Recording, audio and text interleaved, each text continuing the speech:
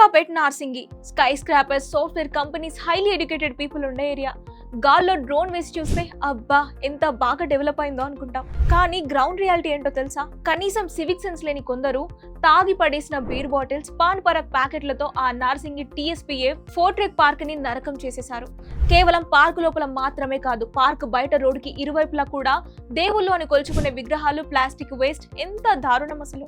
అంత చదువుకొని అంత పెద్ద డెవలప్డ్ ఏరియాలో ఉంటూ కనీస సివిక్ సెన్స్ లేకపోతే ఎలా బాస్? దాన్ని చూసి హైలీ ఎడ్యుకేటెడ్ వాళ్ళే ఇగ్నోర్ చేసి ఉండొచ్చు. కానీ మన యూత్ ఫర్ సేవ నడుం బిగించింది. డిఫరెంట్ ఫీల్డ్స్ నుంచి 100 మందికి పైగా వాలంటీర్లను గ్యాదర్ చేసి 100 సంచుల చెత్తని అయినా క్లీన్ చేయాలి అనే ఒక మిషన్ స్టార్ట్ చేశారు. కానీ ఎంత ఘోరం తెలుసా? జస్ట్ 1 అవర్ లోనే 100 బ్యాగ్ల చెత్తను వాళ్ళు క్లీన్ చేసేసారు. అది కూడా కేవలం ఒక పార్క్ ప్రెమిసెస్ లో మాత్రమే. ఇంకా ఆ రోడ్ అంతా క్లీన్ చేస్తే ఎంత చెత్త ఉండి ఉండొచ్చు ఒకసారి ఆలోచించండి. అది యూత్ ఫర్ సేవ స్టామినా అంటే. కానీ అసలు పిక్చర్ ఇంకా బాకీనే ఉంది. మన సిటీని క్లీన్ గా ఉంచే బాధ్యత కేవలం వాళ్ళదే కాదు, మనది కూడా.